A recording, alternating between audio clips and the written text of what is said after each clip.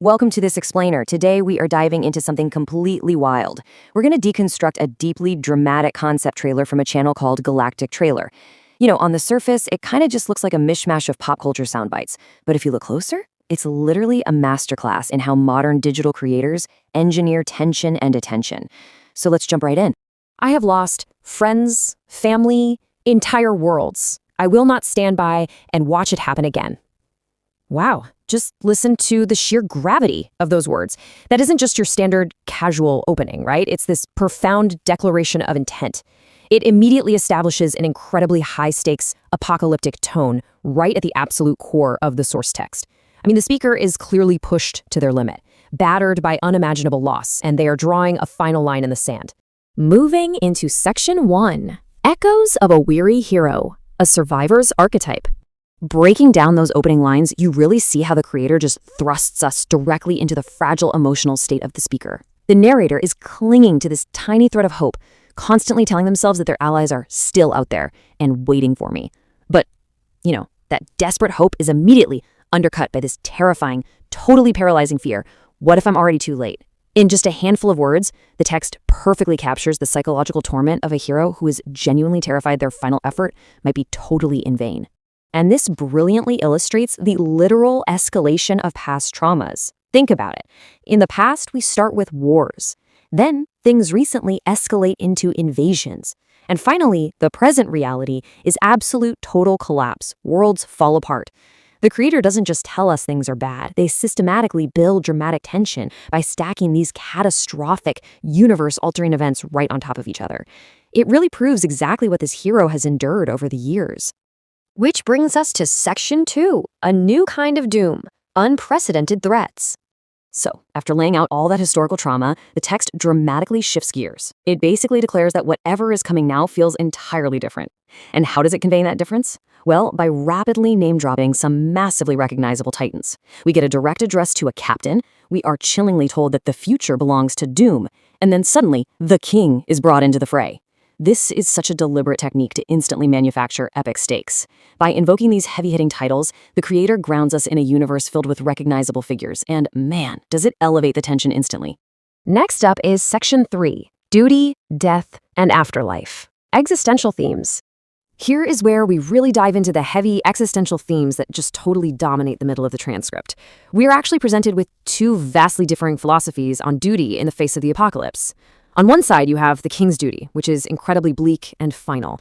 His duty is to prepare our people for the afterlife. It's a total acceptance of the end. But on the other side, we have the speaker, who simply and defiantly states, I have mine. It's a stark contrast, right?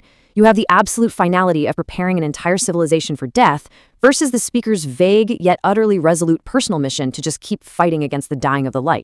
To deepen our textual analysis here a bit, notice how this feeling of absolute inevitability is really driven home. All this time we thought we knew everything, we were wrong. Death comes for us all. Honestly, that is a chilling realization. The text actively strips away any comforting illusions that the heroes, and hey, even us as the audience, might have actually held onto. Their prior knowledge was completely insufficient. Death is positioned here as a relentless, completely inescapable force.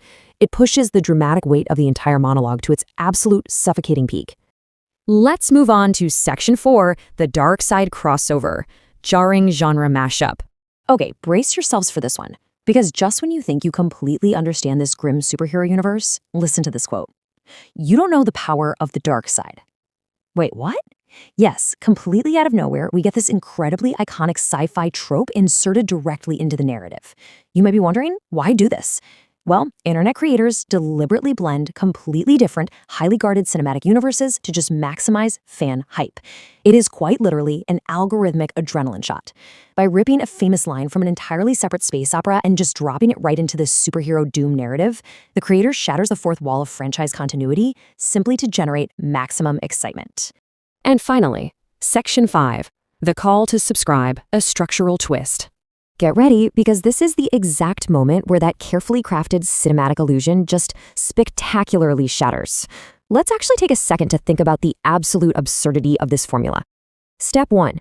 Evoke deep existential dread about the afterlife and the end of all worlds. Step 2.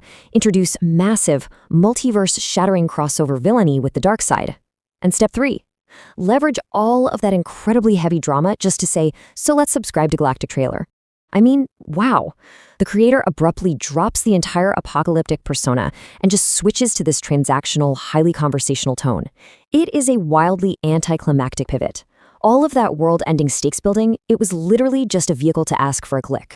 This really leaves us with a fascinating, provocative final thought to conclude our explainer today. What makes the collision of apocalyptic stakes and a simple YouTube subscribe button so uniquely captivating?